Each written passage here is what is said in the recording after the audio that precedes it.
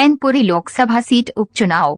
CM Yogi Adityanath आज मैनपुरी के Christian मैदान में भाजपा प्रत्याशी रघुराज शाक्य के समर्थन में जनसभा करने को पहुंचे। इस दौरान योगी आदित्यनाथ ने कहा कि पिछली बार सपा को जसवंत नगर विधानसभा सीट नेताजी के नाते मिल गई, अगली बार जसवंत नगर भी नहीं मिलेगी। जब भी सपा को चुनाव हारने होते हैं तो दो काम जरूर कर लेते हैं। पहले ही पृष्ठभूमि बना लेते हैं कि ईवीएम में गड़बड़ी है, कभी इलेक्शन कमीशन को दोषी ठहराने लगते हैं, कुछ न कुछ बहाना बना लेते हैं। उन्होंने कहा कि सपा का नाम समाजवादी नाम रखना भी मुझे लगता है कि जनता को भ्रम में डालने जैसा है। इन्होंने अपना विकास किया है, अपने परिवार का विकास किया है, अपने परिवार से बाहर किसी का विकास नहीं किया है।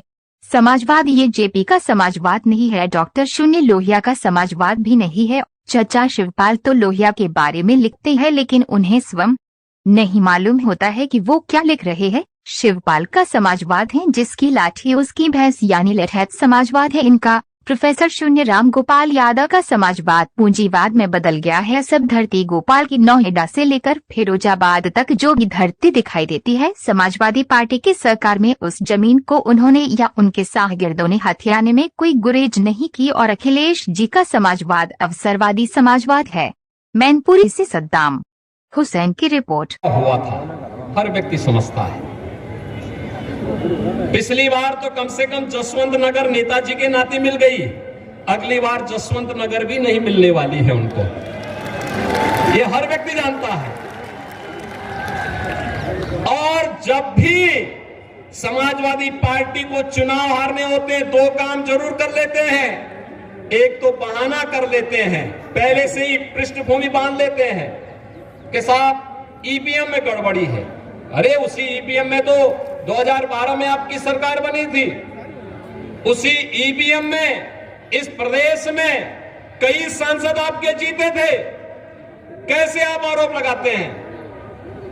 कभी इलेक्शन कमीशन को दोषी ठहराने लगते हैं और कभी उसकी पृष्ठभूमि बांध करके अपने कारनामों को नहीं देखेंगे, कुछ न कुछ बहाना बनाएंगे।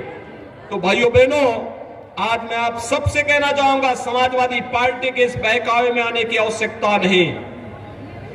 इनके पास जब भी चुनाव हारना होता दो काम करेंगे, एक आरोप प्रत्यारोप और दूसरा बेचारी डिंपल जी को चुनाव लड़ा करके हराने के लिए भेज देते हैं। फिरोजाबाद में भी इन्होंने यही किया था ना, और कन्नौज में भी यही किया था। चुनाव हारना है तो उनको आगे कर देते हैं।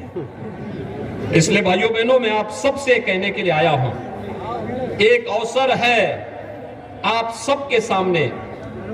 आप सब मैनपुरी लोकसभा सीट से जुड़े हुए, पांचों विधानसभा क्षेत्र से जुड़े हुए, चाहे वो मैनपुरी हो, भोगांव हो, करहल हो, किसनी हो या जसवंत नगर के सभी मतदाता भाइयों बहनों के सामने, और वह है कि सिपाही खानदान से मुक्ति हो। यहाँ के नौजवानों के लिए, अन्नदाता किसानों के लिए, व्यापारियों के लिए, बहन बेटियों के लिए सुखद और सुरक्षित माहौल आगे बने, विकास की एक प्रक्रिया के साथ आगे बढ़ने का अवसर प्राप्त हो।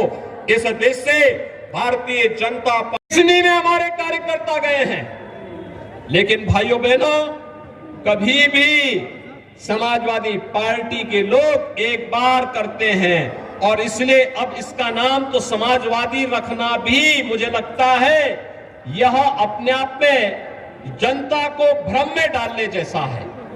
इन्होंने विकास कराया होगा, अपना किया है, अपने परिवार का किया है, अपने परिवार के बाहर किसी का नहीं किया है।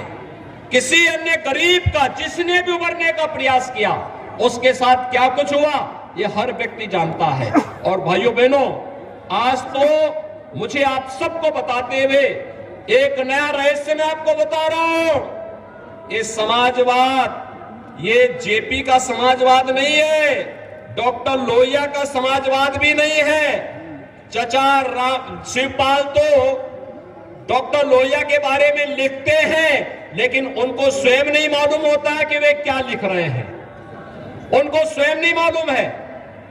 ये समाजवाद के जो अलग अलग ब्रांड हैं वो एक खानदान में भी देखे जा सकते हैं। भाइयों बहनों, शिवपाल जी का जो समाजवाद है वह है जिसकी लाठी उसकी भैंस, यानी ये लठैत समाजवाद है इनका। प्रोफेसर राम गोपाल यादव का समाजवाद वह पूंजीवाद में बदल गया है। सब धरती गोपाल की, नोएडा से लेकर के फिरोजाबाद तक जो भी धरती दिखाई देती है, समाजवादी पार्टी की सरकार में उस जमीन को उन्होंने या उनके शागिर्दों ने हथियाने में कोई गुरेज नहीं की। और अखिलेश जी का समाजवाद अवसरवादी समाजवाद है।